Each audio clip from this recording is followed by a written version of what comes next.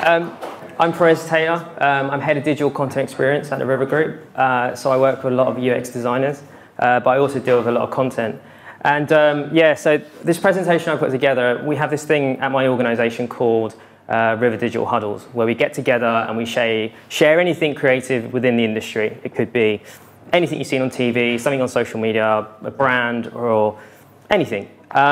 So I'm here to talk to you about BrewDog and their story. Who knows BrewDog, firstly? Yeah? Okay, good. This is going to be good then. I literally just stood up and said I'll do this 5 minutes ago, so bear with me. So yeah, I'm here to talk to you about brand identity. So how a brand creates a tone of voice, how a brand lives and breathes their mission statement, how a brand goes against the grain and disrupts like literally everything. And they stay authentic. They don't lose their, when they get bought out, and lose that specialness about them. So this is the two founders. They're absolute nutcases. James Wyatt and Martin Dickey. They went from 2 guys in Scotland to 50 bars and 1,000 employees in just 10 years. They brewed a beer that was 55%. 55%. If you buy a dog or a cat, they'll give you maternity leave, but they call it, I forgot what they call it, but they call it animal leave, which is really nice of them. It's just a couple of beers they have, all really good. Do you know what? I don't even work for BrewDog, so this is really weird, but anyway. And this is their mission statement. This is what they live by, and some of the stuff I'm going to show you, just keep this in your head. We bleed craft beer. This is our true north. We are uncompromising. If we don't love it, we don't do it, ever. We blow shit up. We are ambitious. We are relentless. We take risks. We are geeks. Learn obsessively and share evangelically. Without us, we are nothing. Without us, we are nothing. We are BrewDog. So, when they first kicked off, they needed investment. So what do? You crowdsource it. They started a crowdsourcing kind of Kickstarter thing, and they then funded by 2011 46 million. 46 million just by their audience. And they sent out to their, all these vinyl posters to all they're called equity punks when you invest in the brand.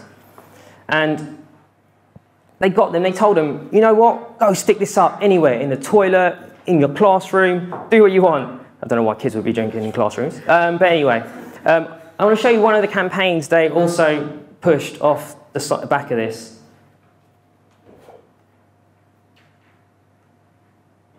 Have we got Sam? At BrewDog, we've been ripping up the rulebook since day one. Our business is owned by the people who love our beers. Have you ever stolen a helicopter? Never. Equity for punks is not about tinkering with the established order. We are getting strapped on the dynamite.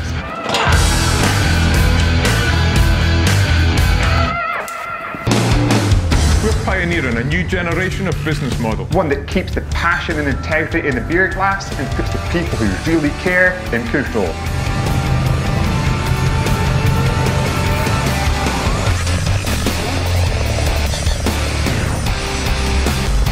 From day one, our mission has been to make other people as passionate as we are about fantastic beer. Equity for Punks makes that possible. The weather is changing. It's about to rain fat cats.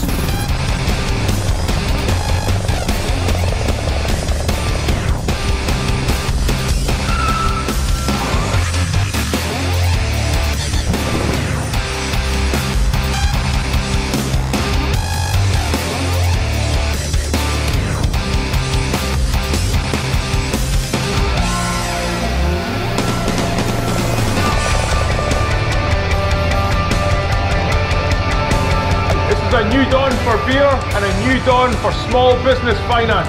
This is Equity for Punks.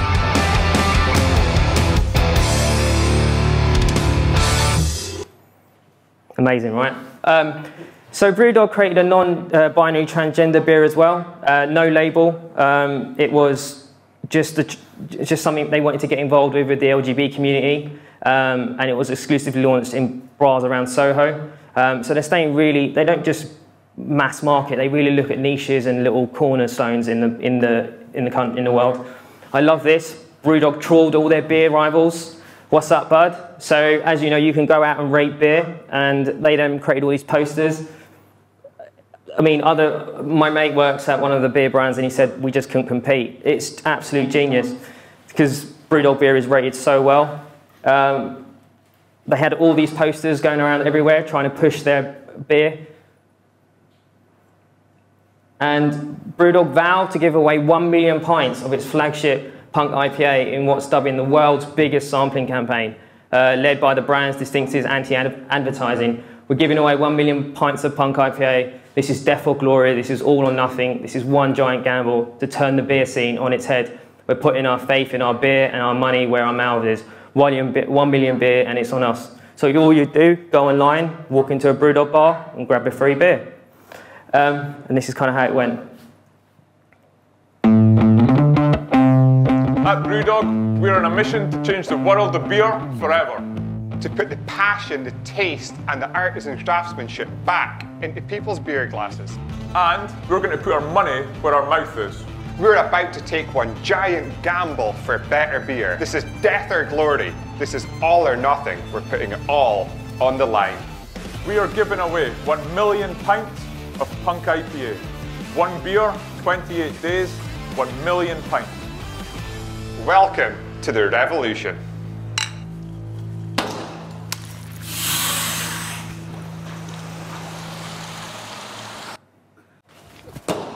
The bottles are made out of titanium or something. I missed that by quite a distance. So when they launched in America, they released a beer called Elvis Juice. And the Elvis Presley estate got in touch with them and said, what are you doing? Your name isn't Elvis, you can't do this. So do you know what they did? They went and gone and changed their names officially to Elvis. So now the owners of Brewdog are now called Elvis. And you remember this guy who said he wanted to brew an amazing wall? Well, these guys opened a craft beer that straddles on the border of the US and Mexico, the bar on the edge. Beer has always been a unifying factor between cultures. And I think that's really true. They offered free beer for those who voted. So if you could prove you voted, you could walk into any Brewdog bar and grab a free beer. Brewdog genuinely made a move in the video streaming service, Netflix style. No joke. You can go online and there's all these independent shows that they put on their network. Just works just like Netflix. This is a beer brand creating content. I mean, why leave Brewdog bar at home when you can have it fully functional in your house?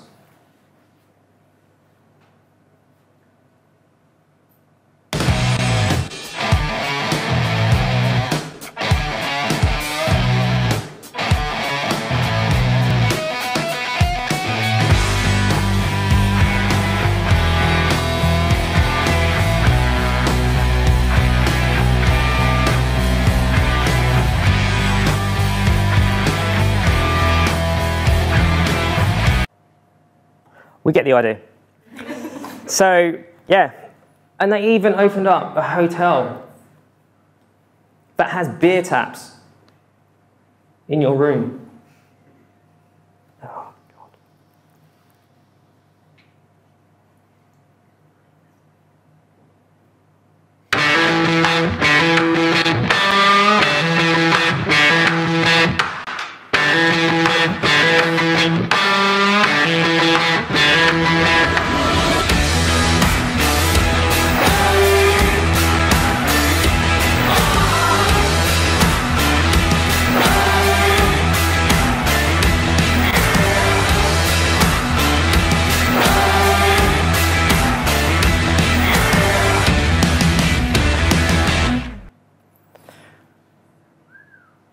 So that was US. They've also opening one in Aberdeen. So we've got to remember, a beer brand has opened a hotel.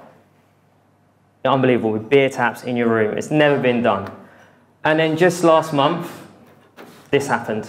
And I'm not joking, this is legit.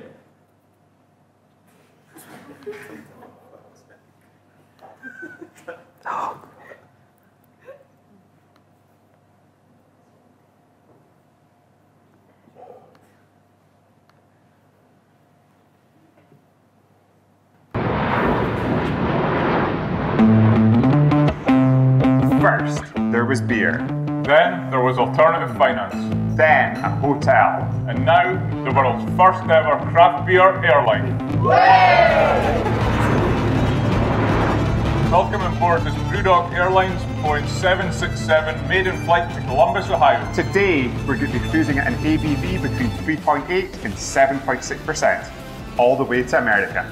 Our Cicerone-trained cabin staff are here to help you with food pairings, beer styles, and a beer school with the highest flight boards on the planet. Pay attention, everyone. This important safety information could save your life. In case of beer emergency, pull up firmly. Tick to 45 degrees. Attach firmly to your hand. Please decant your own beer before attempting to help anyone else with theirs. Now sit back, relax, enjoy the flight, savor the beer, and let's enter the United States in style. Yay! Nailed it. Good job. Thanks. Thanks, guys. It'd be great if we had an actual plane. Don't worry, everyone's going to think that's an actual plane. Yeah, they think we're pilots too. Great.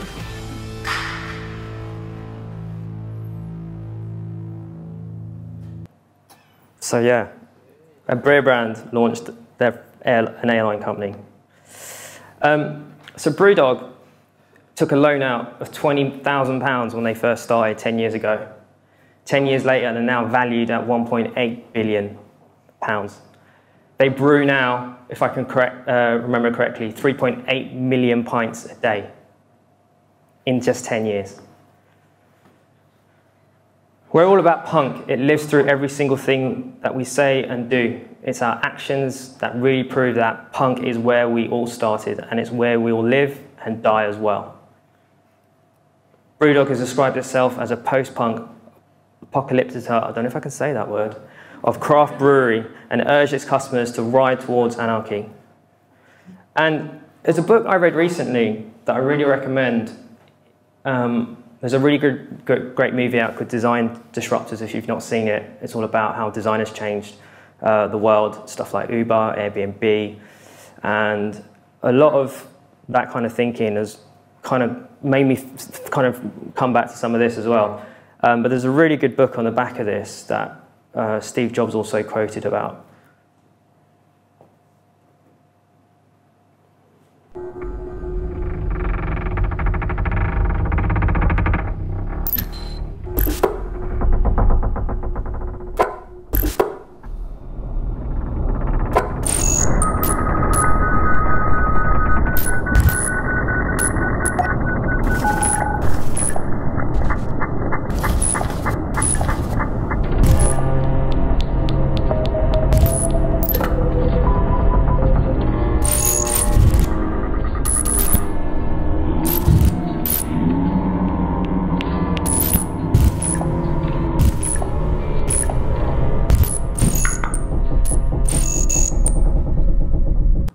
That's the book. But I really recommend it. If you want to be more disruptive in what you do, this is a great book. I've read it a couple of times, and I think I'd keep turning to it as a bit of a guidebook. Thanks.